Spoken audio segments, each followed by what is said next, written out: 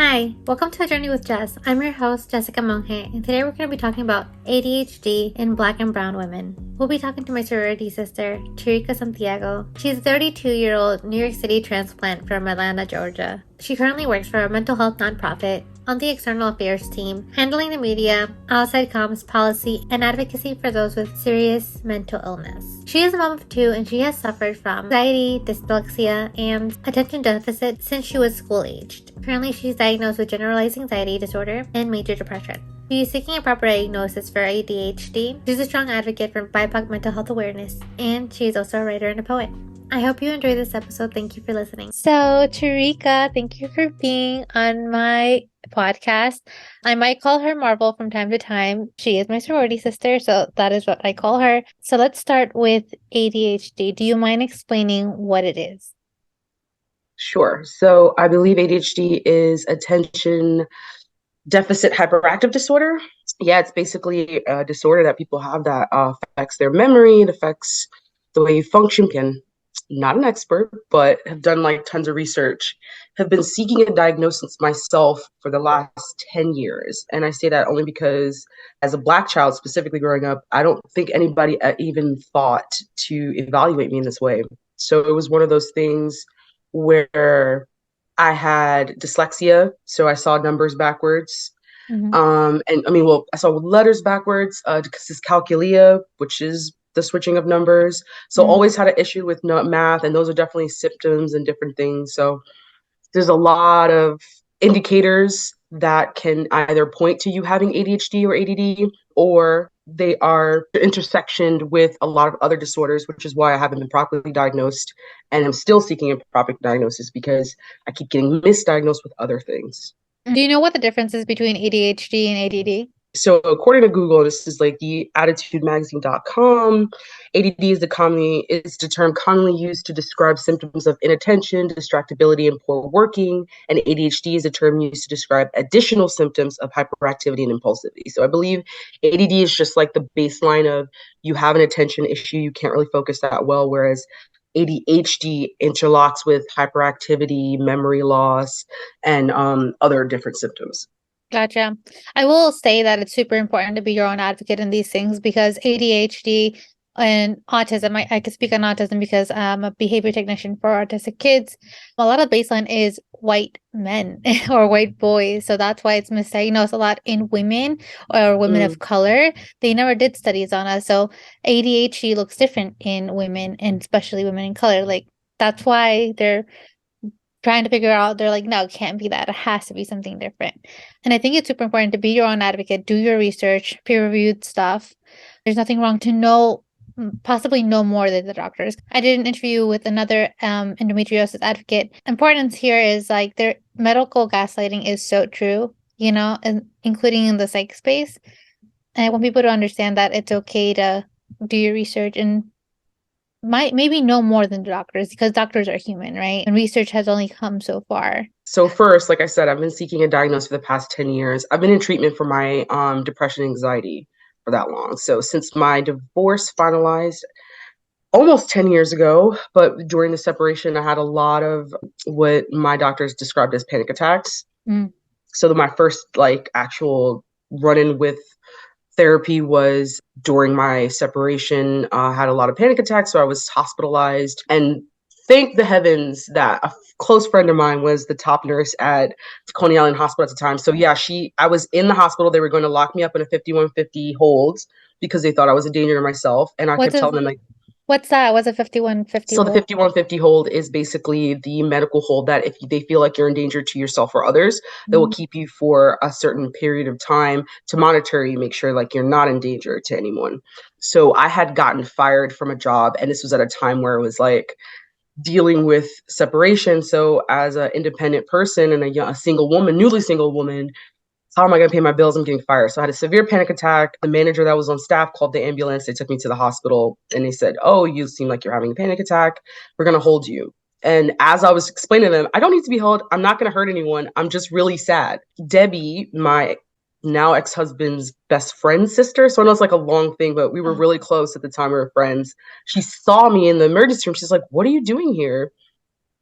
And they basically explain to her, like, oh, she's having a panic attack, blah, blah, blah. You know this person? Yes, I know her very well. Please let her leave. And they were like, Mm. we'll only let her leave if you let us prescribe her something like. So she basically petitioned to be at my head nurse to take over as my nurse. Wow. And they negotiated with me that if they prescribed me Xanax, they would let me Mm. leave for the night. And ever since then, it's been like up and down. Like, what is the cause? What is going on with my brain? Like that was like my first like, okay, something is wrong. Maybe I should definitely look into this deeper than just say, like, sometimes I get a little sad. And it's been a journey from dealing with surface anxiety. And then the further I dig, it becomes okay, what is the root of this? And again, as I said, I've dealt with diagnoses, misdiagnoses. At one point, I had a previous therapist and psychiatrist that thought I had borderline personality disorder, which is another case. A current therapist, looking at all my different symptoms, and my psychiatrists have boiled it down to where I am fully diagnosed with GAD, which is generalized anxiety disorder, Mm. and major depression. But the ADHD thing, which I've been seeking, still is like well, we don't know because there's so many baselines and there's so many different symptoms that could be something else.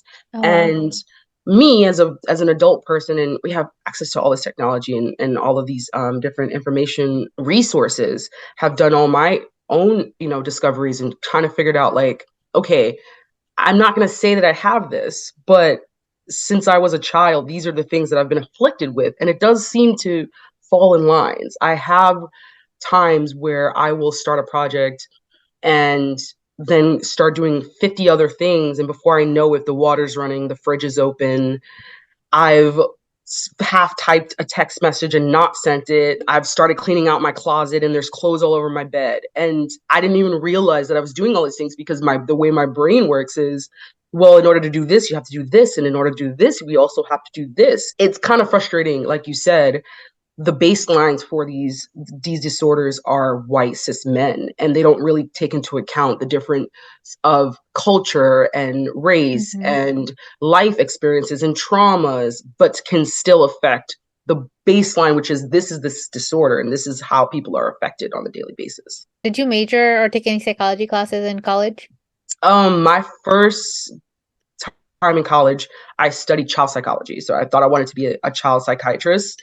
Mm. I wanted to work with kids of domestic abuse. I really wanted to help children that can't help themselves. And so I got really like deep, heavy into psychiatry and psychology. I got my associates in child psychology Oh, nice. and elementary education. Yeah, that was my first degree, which I was very proud of. And from there, I went into started. I thought that if I could observe children, help children, and learn who they are, maybe it would help me figure out my own things. Mm. And that was pretty much like my introduction into this is more complicated than I think it is. Right, that makes sense. Absolutely. I asked because I also studied psychology. I only have my BA, I don't have a master's. But a sign for a lot of people when you have mental illness is when it's disrupting your day-to-day life, right? So like Mm-hmm. if you have ADHD symptoms or ADHD, if it's ruining your routines in your life and it halts you from doing something else, that's when it's like, okay, I should see a doctor. And it's frustrating, like you said, when doctors are like, there's this baseline, but the baseline is still Someone that's not racist, even me. sexist. Yeah. Exactly. Yeah, no, Like, exactly. so you said that you were hospitalized and that was like the first time you thought you had like mental health issues and stuff. Um, when did you know for certain? Like you're like, was that your aha moment or was it something else? I wish that was my first like, okay, it's gonna affect people outside of me. Because when I was 13, actually, and this is like a trigger warning for anyone, I had a suicide attempt at 13. But the way I was introduced to mental health issues and mental health in general was that if you are religious enough, God will help your brain. Being raised religious, my Mm. parents were both Muslim. And so it was basically like, if you pray, God will show you what you need to do for your brain. But at Mhm. 13 years old, feeling like I was isolated, I had already knew that I was queer, and being constantly told the bad stuff that'll happen to me if I was queer, that kind of led me to feel extremely sad, and I thought I could take the pain away. Mhm. But after that, I kind of just stuffed it down and never talked about or dealt with it ever again. And so through my teens, I would always feel rock bottom. I would always feel the sadness. I would feel these depression bouts, but I kind of just like put the mask on and kept going. Nobody needs to know. Well, I just need to pray more, or maybe it's something that I'm doing wrong. But then at 22 years old, getting admitted to the hospital and being told like, oh, we might have to hold you here. I never thought I would lead to that point. So I feel like that was ultimate. Maybe that was like my first like seriousness, but I feel like I've always been aware that Mhm. something was going on in my brain. And especially like I said, like being a kid and being an A student, but being as frustrated as you are because you thought you did all the math right, but then you Right. wrote the answer wrong. Like all your work is right, but the answers are wrong. And it's just because you flipped the numbers around. That to me Yeah. was like, ugh. And so comparing it to like 22, having a panic attack and going through a divorce, I was like, okay, I should have taken this more serious as earlier as I could. But again, who was there to support me? No, yeah, as people of color, it's like mental health is so taboo. Like for my parents, they were like, therapy is for crazy people. And I told them I wanted to be a therapist. They're like, why do you want to work with crazy people? And I'm just like, no, like they're not crazy people. They just have different issues and stuff that you could help them and they could heal from. I think it's so crazy that we were so aware in our young teens, weren't exposed to psychology and all these mental illnesses to have the consciousness to know there's something wrong with us. That's their intuition, right? And I Mm-hmm. feel like a lot of us ignore that intuition. It's so important to listen to it, even if it goes against like traditional norms, because it gets hard where like you have a suicide attempt or ideations and stuff. I know I had a lot of ideations at that age, and I'm just like, because I felt so alone. Was there anything you did when you were a teenager to try to like cope with that? My boyfriend's also Muslim. He grew up Muslim, and it's such a strict religion and also culturally strict too. How did you deal with that? Oh, that's a great question. So 13 started it. It went from 13 to 15. I was like I feel like those were my darkest teen years. It started with me realizing I was bi, and then all the way through my sophomore year of high school when I was still being homeschooled. I didn't cope. I would sit at the window and cry because I would see the Mm. kids going to school every day, and I would want that so bad. Were you Not having, homeschooled? yeah, I was homeschooled up until I Oh, was wow. 16 years old. So actually, I had my 16th birthday. That was my first birthday in school. So I did my 10th grade year, and then on my 11th junior year of high school, my parents finally cracked and enrolled me in high school. And the reason they wouldn't enroll me was because they thought I would be corrupted and I would come home pregnant. That's literally their whole argument. Like Oh, I would that's have so scream matches with strict. my parents. Yeah. They were like they were so afraid that I would go and lose my religion, Wow. which if you knew me, you would know that I was already checked out at like 6 years old, being woken up at dawn to pray. For Oh me, it was God. like, this is ridiculous. That was Mm, my whole attitude. But again, being a religious child, you're constantly told, oh, you're lazy, you just got to do work harder, just for mm, God, blah, blah, blah. So all the way up when I got into high school, I had a cousin at the time that was the exact same age as me, with the same, we're still really close, fairly close. We were both like friendly competing as far as grades were concerned. Like, let's mm. get the best high school and go to Harvard. That was our dream. Like, Oh. we're gonna go to an Ivy League school. We're gonna get great grades. We're both really smart, but me still struggling with my math and secretly still struggling with like a lot of other things. I was just like, I'm just gonna push through. I just gotta apply myself harder. And so there was 2 full years of my first 2 years of high school of like not coping, like Mm. getting a 98 on a test and not getting 100 and having complete Oh. breakdown because I'm a failure. Oh wow. And so it was the attempt, the pullback. Okay, this was really scary. I scared myself out of it, which is kind of crazy. I'm thinking now, like, wow, like something in me Mm-hmm. had to have pushed myself to like go, okay, let's not do this to ourselves. And it was Tylenol, thank God. So don't play with pills, guys. But I reasoned with my parents. I was like, okay, can I please go to high school? I'm gonna be 16. I'm wearing full hijab, Mm. and I really need to be around kids my own age. I can't continue to be in the house and not feel like I'm doing anything. And it wasn't until I don't know what my mom was going through, and I feel like it was when my parents were having marital issues that my stepfather wasn't with us. We had lived in North Carolina at the time. She agreed because there was a group of Muslim kids across the street at an apartment complex. They were Mm-hmm. right across the street from us. They were going to the same high school. And Okay. my aunt was like, well, let her go with the Muslim kids and they will keep each other strong. Mm. And so my parents were like, okay, you can go to high school because you're going to be a bunch of Muslims and people are going to be there and they're going to know us. And if you do anything wrong, you'll be told on. So that was my whole mother's whole thing, was like instilling fear to where if Jeez. I'm not there, then you won't. If I'm not there, someone's going to know what you're doing and I'm going to find out anyway. Oh God. And so my whole thing was, okay, do this, stuff Mm, everything in, and just mm, I got my way, right? This is what I wanted. I just wanted to go to school, which is so weird to say to be like, my brain was like, I'm really sad, and the only way to not be sad is I'm gonna go to high school and be yeah. around other kids and feel normal Yeah. so that I have something to It's a show for. sense of freedom though, you know? Yeah. Yeah. And so my coping was, in my way, was like, my coping is just going to high school because I'm going to get to go to college. And when I get to college, I'll be able to be free. So then Mm. I can deal with this stuff. I didn't even go to college. Wait, you didn't go to college? What are you talking about? I worked so hard my senior year to get a full ride scholarship, which I did. Mm-hmm. So proud of myself. Good job, baby. With your terrible math grades, my Oh. math teachers knew that I was dyslexic. They knew that I was applying myself. They were like, you know the work. If something's wrong here, we're gonna pass you. Kept my GPA up and got a full ride. And then my parents were like, you can't go to college because then that's away from us looking at you. You're gonna go to online school and you're gonna get your bachelor's degree. And then after you're done, you could get married. And then you could leave our house. And then I was like, oh, so I gotta do this for 4 more years. I want to get Oh. married now. Oh shoot. And Were then you that's arranged marriage? they tried. And it's not even like they tried to arrange a marriage. They try to pick the person. Because Right, right. technically in Islam, there is no arranged marriages. It's very cultural, like Arab and Mm, like some Middle Eastern people carry on that custom. But like the fundamental Islamic practices, there is no arranged marriage. The girl has the last say, but mm, there's ways around it for misogyny reasons. mm, So my parents were like, we're gonna pick the suitor that we think would work, and you say yes or no.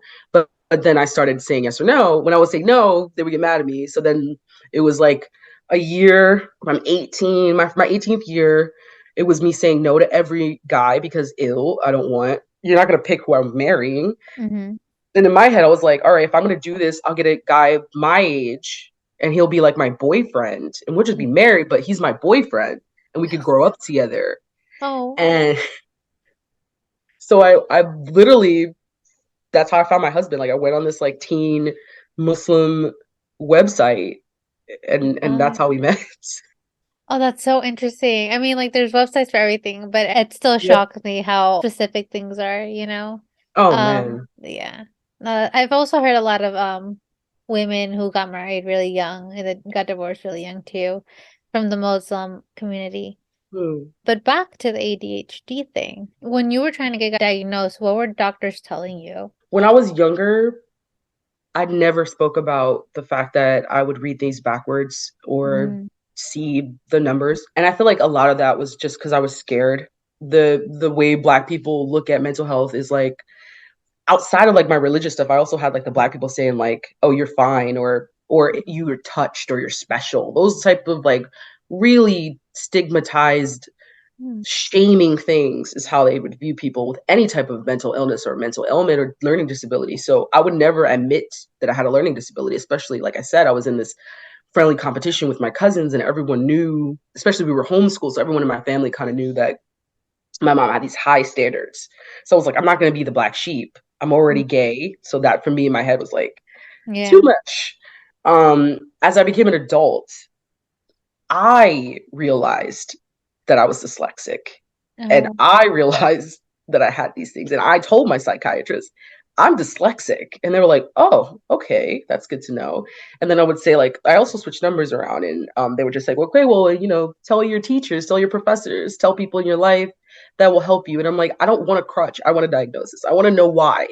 It's not. Mm, And then, so then it would build on. And I was like, okay. I also forget things. And I have a really good memory. I have really good ways of recalling things.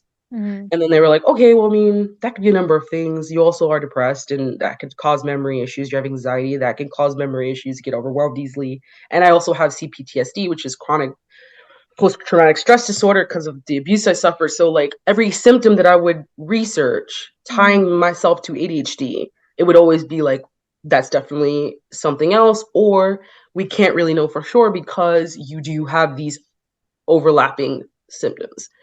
And so it was to the point where I literally told my psychiatrist, okay, I can deal with like the overwhelming, the anxiety, all these other things, but how can you explain the way my brain hyperfixates on things? Like these are specific things that it's not like I'm just reading TikTok posts. I'm Mm-hmm. reading medical journals and I'm doing my own like actual research to see why my brain does these things. And it's still to this day, like I said, like even my therapist will tell me, like, I want to diagnose you. I can't. Oh. It seems like you do have it. I cannot say that for sure. But until your psychiatrist like diagnosed you, you really can't say. So it's still like even now, like I function in my life and I tell people around me, I believe I have this. I'm not gonna say I do, but this definitely affects some things that I have. And Mm-hmm. until I have someone helping me through this, or I mean, I can't get the prescribed medication until I have the diagnosis. So it's not like I could just say, like, well, I'm just going to start taking this medicine and see how I feel. But my family around me just goes, okay, the reason this happened, or whatever would happen in the house, this seems like that. So let's just say it's that. Let's just act as though it's that to see how this works out. And most of the time, when I journal things or do the things that they recommend for people that are afflicted with ADHD, it works, which is crazy. So it almost feels like I'm like self-diagnosing, which sucks because I don't want to be that person. I firmly believe in doctors and medicine and science, and I believe that you trust the professionals to do their job. But like you said, it's hard to accept these things when you're constantly being told that the symptoms and the things you feel are something else. So to be clear, for everybody listening, therapists can't diagnose you. You have to be diagnosed by a psychiatrist. Yes, they can And only help you cope. They cannot diagnose you. exactly. And have you gone to your psychiatrist and told them, I feel like I have ADHD symptoms? Yeah, especially now. This one I feel like I've been the most adamant with. Mm. And And what they say? I'm currently taking something for my depression and my anxiety. I have two Mm. different medications that I take, both of which I feel like one works better than the other. But again, it's all about trial and error with medications. When I have my appointments, that's the first thing I say is, hey, doc, the medicine's working for my depression. I'm not in these bouts. But when I'm not in a depressive state, I still have these things that happen. I leave the fridge open. I forget things I write down. I feel scattered sometimes. I still am dyslexic, which is like the main thing. It's like having to read something over and over, hold it Mm. on my screen. Like as a part of my job is I have to help with our fiscal budget. And Mm. so I'm literally holding the line item, writing it on my paper, and using my phone to put it in the calculator so I can remember the number and the order of the number. Mm. And then I'm telling this to my psychiatrist, like, I'm doing all these things. Why? And Mm. it's still, we have to see how the medicine works. We have to see how this does. We have to see this. We have to observe you. We don't really Mm. know yet. That's so frustrating. How long have you been on the medication? How long have they been telling you that? I want to say August of last year, I started this new one. And So how it's almost, yeah. long? And they just upped me. So I want to say like 6 months ago. So I've been taking about for 8 months now. So I want to say 8 months. I've been taking both medicines. I've been taking one longer than the other. So I used to take Zoloft for my depression. Now I take Prozac, which I think helps me a little bit more. I don't like the way Mm. Zoloft made me feel. And then the anxiety medicine, and please don't make me re-say it because I have no idea how to say it. But that one, I feel like I said, it helps dissolve my like top level symptoms. Like if I'm feeling overwhelmed, if I'm feeling anxiety, if I have panic attacks, that's the one that helps me. And then the Prozac obviously helps me long term. Again, these are the medicines I take to help my brain not explode or me not like break down in tears all the time. I Mhm. don't think this helps me focus. I pride myself on being a writer and writing, and I have all of these projects that I love, that I have such love for, and feeling like it's like a chest pain, like a weight almost, like where I want to sit down and write, Mhm.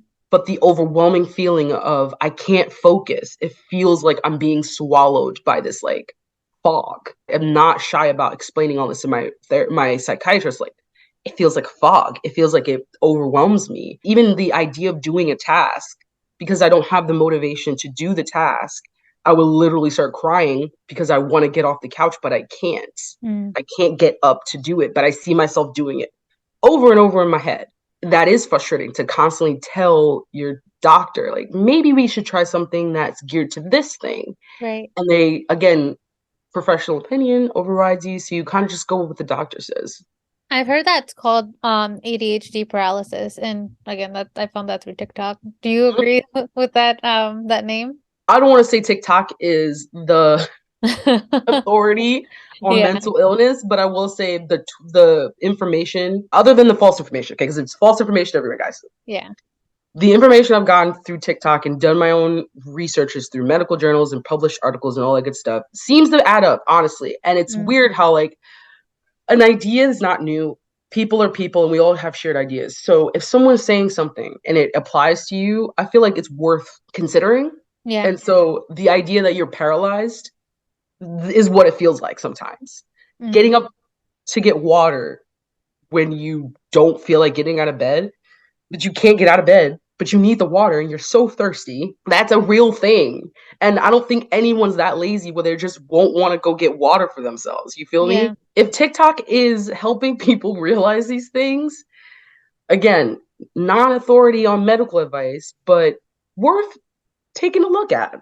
No, yeah, I agree. I feel like social media isn't a medical degree or whatever, but people's lived experiences from other people who are diagnosed, if it's a white man or a white woman talking about their mental illness experience, because they got diagnosed, they got the privilege of getting diagnosed, and you relate to that, that doesn't mean you don't have it. I am also between not wanting to self-diagnose, but also kind of pro self-diagnosing when the medical system is so skewed that way, like if I'm having the same lived experience as this other person, but I'm not diagnosed because of who knows why, that doesn't make my experience less valid. You know what I mean? Absolutely. You told me that they're not changing your medication because they're trying to see, right? But you said that you've been on it for 6 months. How long do they want you to be on it until they change or give you ADHD medication? So I was told that they started me on the lowest dose. I did have a hard time in the beginning. Um, this is like not even ADHD related, but the Bronx is so underfunded, guys. It's so What's under that? overlooked. The Bronx, the Oh, borough, the the Bronx. Bronx. I It's heard so bonks. underfunded and overlooked. My pharmacy closed. The nearest pharmacy to my house, my pharmacy closed. And again, I'm on mental health medication. My antidepressants could not be filled because all of the prescriptions for that pharmacy got transferred to the nearest Walgreens, which is 2 miles from me Mhm. in another part of the borough. And at the time, I had a retail job. So I had to travel opposite direction to get my Mhm. medicine and then go to work every day. So it was really hard to get it. So it was like a point where I was so tired and unmotivated to go the opposite direction to get my medicine that I had fallen off for about a month and started having severe withdrawal symptoms. So because of that, I had to go back on it, restart it, and then it was the lowest dose. So they upped my dose to see if that would help. And as you know, with medicine, it's 3 to 6 months to see how it affects you. So I'm at like the 6 to 8 month mark now Mhm. after the issue with the pharmacy closing and stuff like that. And so I feel like, again, me trying to be as kind as possible and give people as many benefits of the doubt as I can.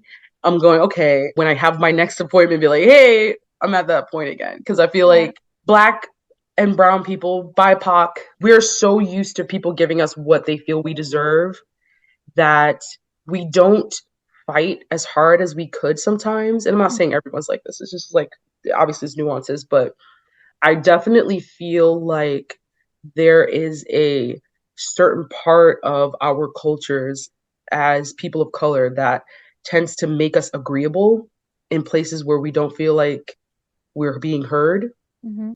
And it could be as small as ordering food and getting the wrong food and not wanting to be rude, so not sending it back, Mhm. all the way up to feeling something in your body and listening to the doctor telling you that it's not there and then going home and having an aneurysm. You get what I'm saying? Yeah. There's like extremes and degrees. Speak up for yourself. That's what I'm learning. That's the hardest thing that I'm learning is like we have to speak up for ourselves. We have to be persistent and not feel like you're being difficult because you want to do the best for yourself. You're not being difficult if you don't want to take a medicine that you feel doesn't help you Mm-hmm. or hurts you or makes you feel worse. I was taking Xanax and I was falling asleep and feeling like a zombie. And I said, I'm not taking this anymore. Mm. Against everyone telling me, don't stop taking your medication. And I was like, no, I'm gonna. And then the Zoloft when I was having the brain zaps, because Mm. it's like one of those like 2 days off of it. If you forget, which another thing, I forget to take my medicine. Mm. So 2 days off of Zoloft, you start to feel withdrawal symptoms immediately. And one of mine was I would feel these jolts of electricity. It's like called a brain zap, and it literally feels like a jolt of like adrenaline or like coffee anxiety to the worst degree. Like, but it feels like your brain is zapping. Me standing up for myself and saying, I'm not taking this anymore. I don't like the way this makes me feel. I feel like that was my first step to going, okay, I have to push harder. And so now knowing that, I feel like I could push harder to say, like, I think I need to start taking something that will help me with my memory and my Mm. attention deficit and my hyperactivity because I feel like I don't have these things under control and I'm not going to continue just accepting it because I'm doing a worse detriment to my own health. Have you gotten second opinions? That's another thing. Like, again, dealing with being in such an underfunded city and borough, finding another psychiatrist is the worst. Finding a therapist alone is hard. And then finding someone that's going to help you and work with you and get to know you all over again, that's hard. So it's not like I'm saying like, oh, I don't want a second opinion. It's like if I could find another psychiatrist that's taking appointments and new patients, I would love or even like affordable because that's another thing. It's like are they in network? Are they willing to Right. take you? Sliding scale. I really do wish that I had a second opinion. And if I could, I would seek one. Fun fact, you could get medication prescribed for mental illness through your primary care doctor or from a nurse practitioner. And if you see a psychiatrist, you could also see them online. And it doesn't have to be in your borough, it could be in your state. What insurance do you have? I have the Emblem Health through Montefiore. So my insurance was Emblem Health. It was absorbed by Montefiore, the hospital system, because they're trying to do like Oh, this whole in-network thing. And mm, they had a provider called Beacon Health that was their HMO for specific mental oh health. wow. So it's Yeah, really like really niched it's very insurance. niche and very weird the way they're doing it. And then they recently just broke away. So Beacon Health is Oh, no longer the provider. So mm, I was actually almost going to lose my therapist because of the change. And I don't that's know so why they're annoying. doing this. It's so frustrating because like it's like, So annoying. okay, in order to get this, and I have to change insurances, and hopefully everybody takes this insurance and moves everything over. Oh, that's so like so specific. Like, oh Yes. my God, through And your I didn't even job? do this on purpose. Like I didn't say like, oh, I want to be under this Montefiore No, thing. right, It was like, yeah. what's the for? I went through the marketplace like everybody else Oh, when okay. Obama was president, Mm, and I signed up for my insurance. I've had my insurance now since I've been in New York City for like like over 10 years. hmm. And through the changes in time or whatever, the insurance company got absorbed and kind of did this Oh, thing. It's a whole mess, and it's almost like they want to make it more difficult for people to right, seek yeah. treatment. Well, It's, insurance is only like most insurances are just for profit. They only care about themselves yeah, and the money. yeah. You didn't qualify for Fidelis or at all?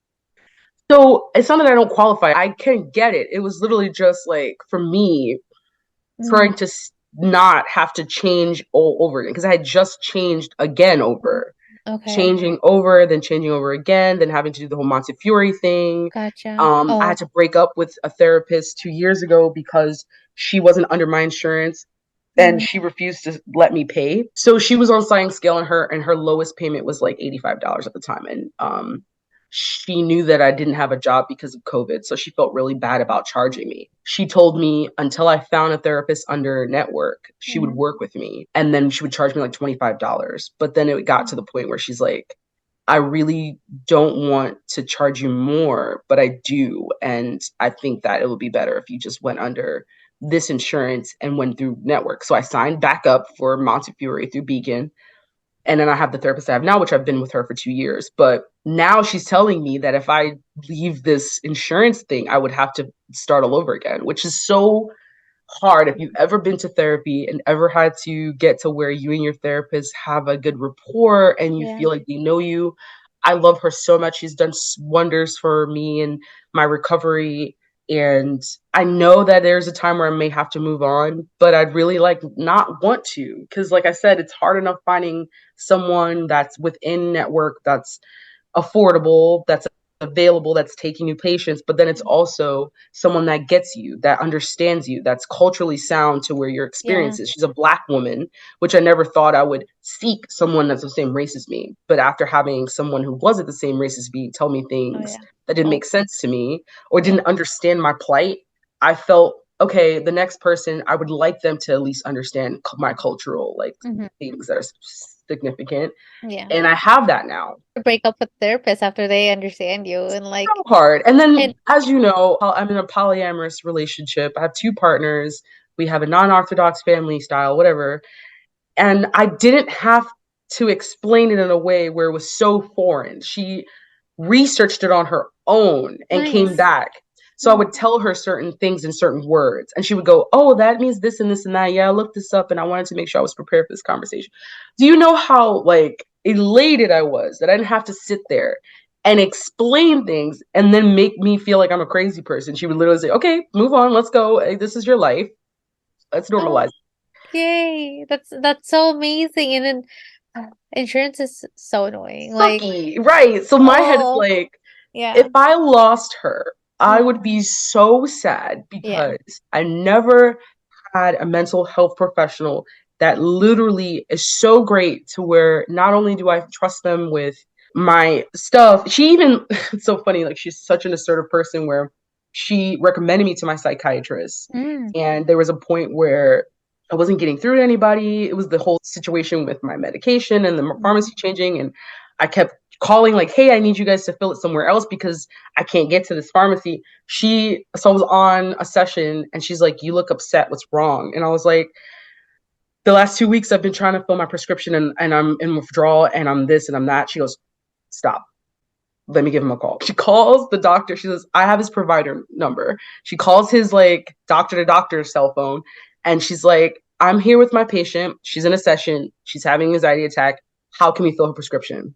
She spoke to him and she's like, okay, we're going to end the session now because I want you to call them. I want you to give them the new information and I want you to fill your prescription. And then I want you to text me when you get your prescription filled and then we can reschedule your session for another day. I need you to go. I need you to relax. I need you to breathe. The Mhm. medicine is still inside of you. You just got to find it.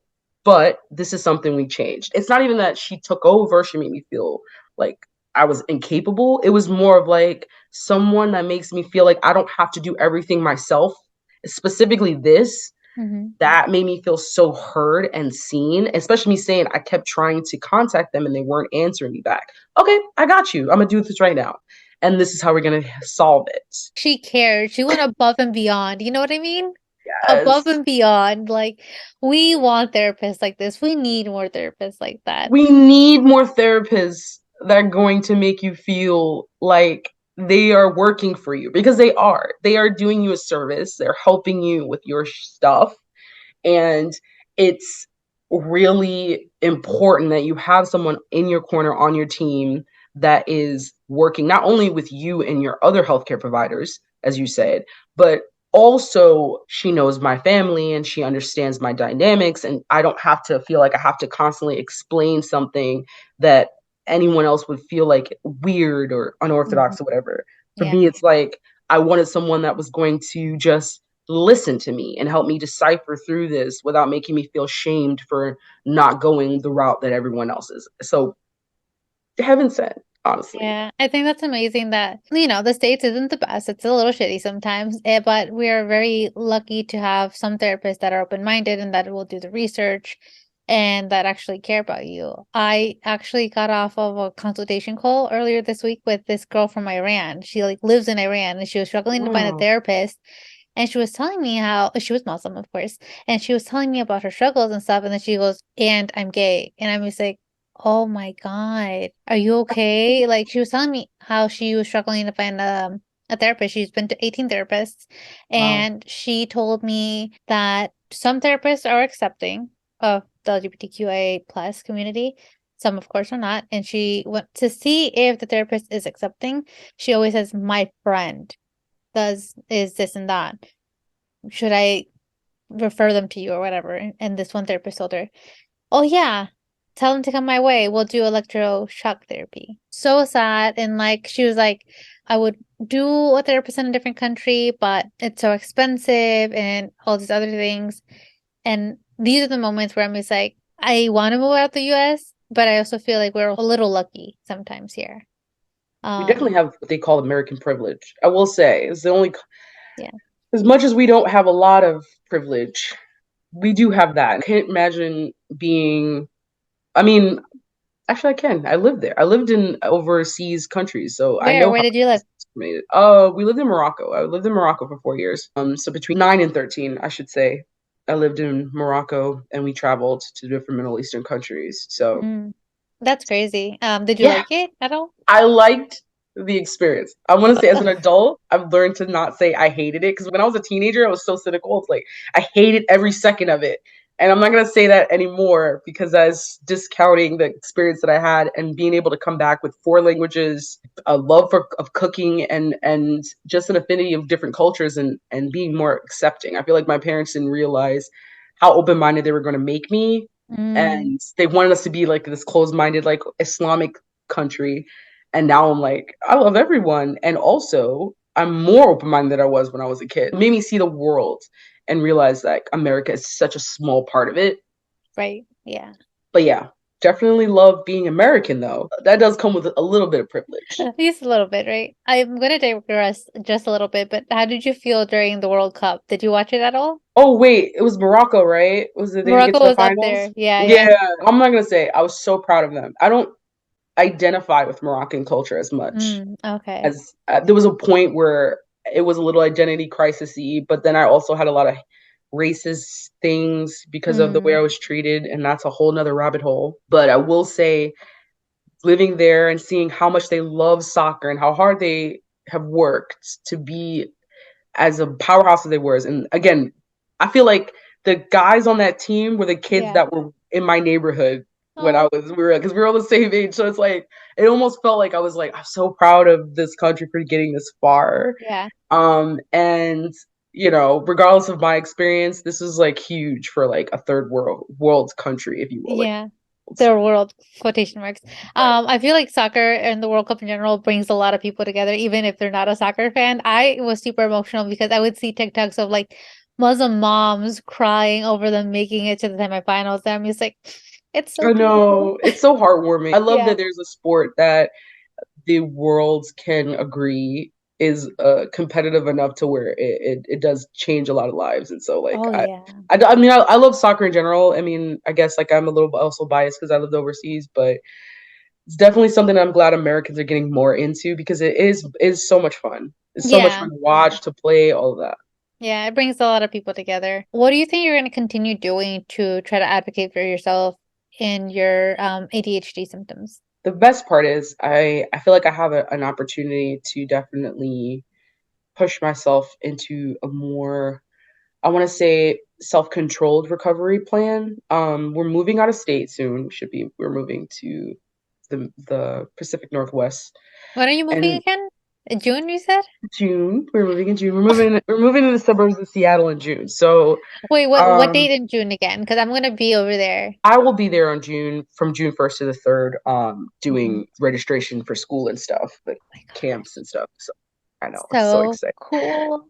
But technically, we'll have the apartment from May 15th because that's when our lease starts. So technically, I'll be moved to Washington That's in in a May. month. That's I in a month. know, I know. We actually already have it. We just have to sign the lease and get the keys. So again, I feel like I have an opportunity to take the reins, especially since Washington State, I feel like it has a more robust approach to mental health awareness. I feel like Oh, they definitely have a lot more, as far as I've seen in my research, a lot more psychiatrists available, a lot more therapists available. And I feel like they have a more holistic approach oh, nice. to mental health recovery, specifically like with psilocybin and stuff like that. And in my experience, one of the most positive experiences I've had was with psilocybin and doing mushrooms and feeling this like euphoric experience of feeling like my brain can actually feel and produce the amount of dopamine and serotonin I need to like last myself for a week. And so Mm, I plan on one delving myself deeper into and specifically given the opportunity to live in a state that it's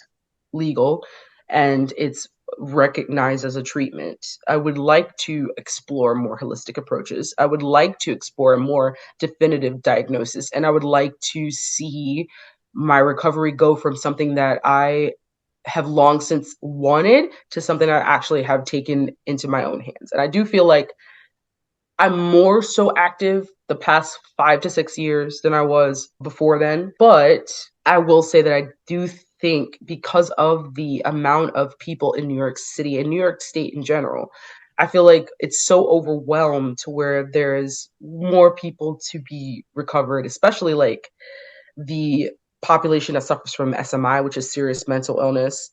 It's such a much higher rate. And so it's also like the whole like who am I to take priority over these people suffering from way more severe afflictions than me?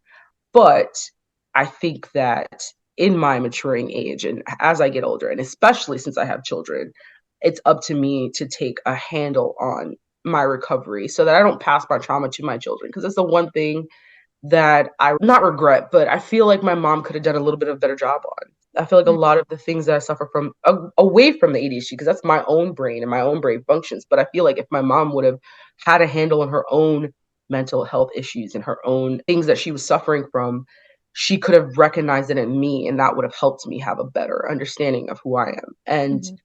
I feel like me taking control of this while my children are young enough to not quite understand what's going on with themselves would give me a chance to when they start to feel these things and start to recognize things and start to see things and they bring it to my attention, or at least me just being a mom that's very aware of everything my kids do and say, I feel like I could recognize the changes in behavior. When my son was having night terrors, we didn't just go, oh, well, he'll get over it. We were like, why are you having night terrors? We did a whole investigation. We observed him. We changed his sleeping habits, his watching habits. We figured out what the problem was and we tried to rectify it through understanding and dialogue. Even though he was like 4 years old at the time, I feel like that definitely instilled a little bit of trust in him to where he feels like he could come to us later in life. Like if they helped me this much with my nightmares and night terrors, well, who's to say what he's going to deal with when he starts dealing with serious things, if he ever does?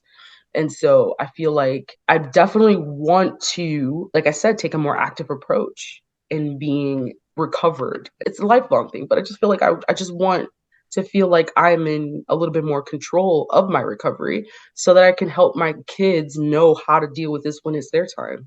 I think it's important for anyone who wants to become a mother or who is a mother now to serious or parent in general to work on their mental health because kids will notice it's gonna be ingrained into their subconscious and they're gonna get things, whether that's insecurities or whatever, also passed down to them as well. So you're moving. Are you keeping your insurance? Like how?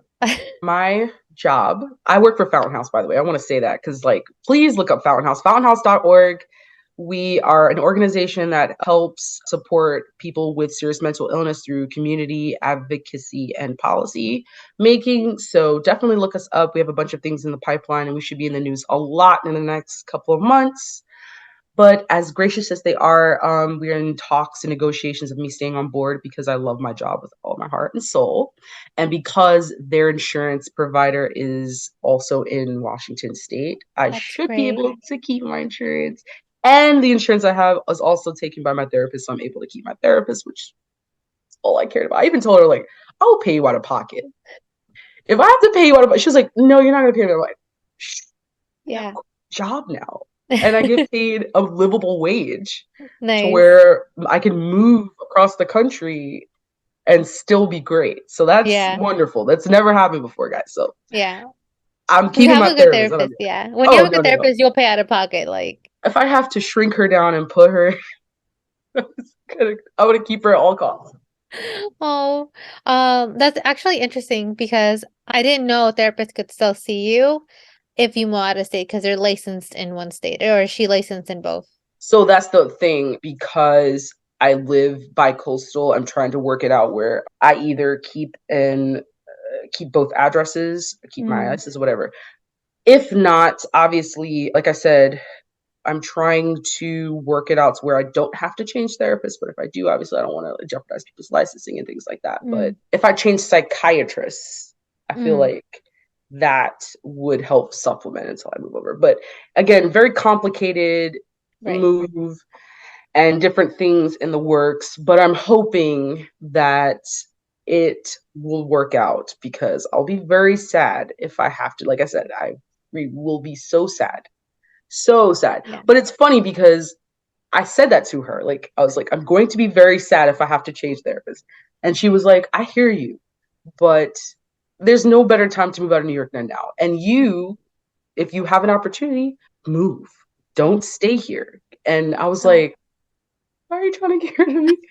And she's like, no, I just feel like it would be great for your family. Like, you have so much tied here, like so Mm, much trauma here, and so many things that have happened. I feel like it'd be good for you to kind of be in a new environment. environment, yeah. So for me, it was like, I feel like part of her was not breaking up with me, but releasing me. Yeah, telling you it's okay to You're like, fly. it's okay if you find another therapist. I will Yeah, help you with the transition. She was like, I'll help you with the transition and whatever you need. And obviously, we'll work it through until the actual official move happens. Yeah, yeah, yeah. It was bittersweet, but in that moment, I felt so like supported really. by her. Yeah, Even in nice. that, she's like, yeah, why would you want to be here? There's so many bad, you don't want to be here. If you don't want to be here, go. I was like, Oh, oh, it okay. it's like bittersweet. Like I'm glad you said that, but it's also like don't say that. Don't break up with me, but I don't want to be if I can't be I don't, it's like, oh Yeah. no, she's not licensed over there, which is something you just really made me think about. I was like, Yeah. yeah, that's definitely a thing. And I already said in my heart, in my head, like, Yeah. you probably won't be able to keep her because of insurance things and state Yeah. regulations, stuff like that. But still, it's like, damn, she's so great. And her I name is know. Dominique, by the way. If you get Dominique, If you're you amazing. listening to I this, love you. If you're listening to this, you find this, I love you. You're amazing. You've done so much for me.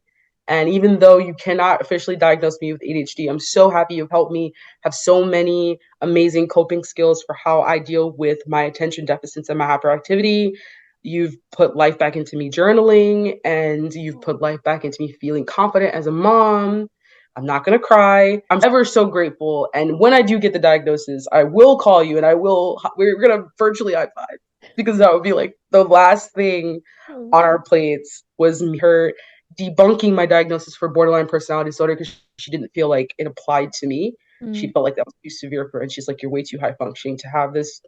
And mm. then she also said to me, I cannot diagnose you with ADHD. You do have the symptoms, but we're just going to treat it as though you do have it, and we're just going to see what happens, and we work on your anxiety. And when you do have the diagnosis, you'll know what to do. And if not, it is what it is. And that to me was like, thank you. I can't diagnose you, but we'll talk about the symptoms and we'll deal with the symptoms. That's amazing, Not honestly. dismissing me. And this isn't a doctor, guys. This is a licensed mental health professional. So if you have a licensed mental health professional telling you, I can't diagnose you, but I'm going to help you with the things you feel, they are validating you. Feel validated, seek another psychiatrist, but value that person. Because to feel validated is, I feel like that's the biggest battle with mental health recovery. It's like people not making you feel valid for what you're hearing and seeing and feeling. I was gonna tell you if you could leave us off with advice, but I feel like you just did. But if you Marvel with the the quotes. I with the guess I quotes. just gave you a sign off. You didn't even ask me for one. Okay. Okay, well, I'm still gonna ask you for one more little tidbit of your knowledge. So if you could give one piece of advice for anybody who's listening, what would you tell them? It's never too late to work on yourself, to heal. It's never ever too late. It doesn't matter how long you've been dealing with something, how much you've dealt with, how far into your life journey you feel like you've gone. It's never too late. You can heal, you can fix. It's your brain. You can do anything you want Unless it's terminal, obviously, don't take a brain tumor out. But if you got some chemical imbalances, it's never too late. You can heal. You can still heal. You can still move forward. And please, please, please, please give yourself grace. This is the thing I say the most out of anything in my life is give yourself grace. People don't give themselves enough. Hey, I have a lot on my plate. I'm dealing with a lot. I've been through a lot. I've seen a lot. Maybe I should give myself some patience and some love. Give yourself grace. Since recording this episode, Tarikah has been officially diagnosed with ADHD and is now on medication. Stay tuned for a follow-up episode with Tarikah in the near future. Thank you for listening to Journey with Jess.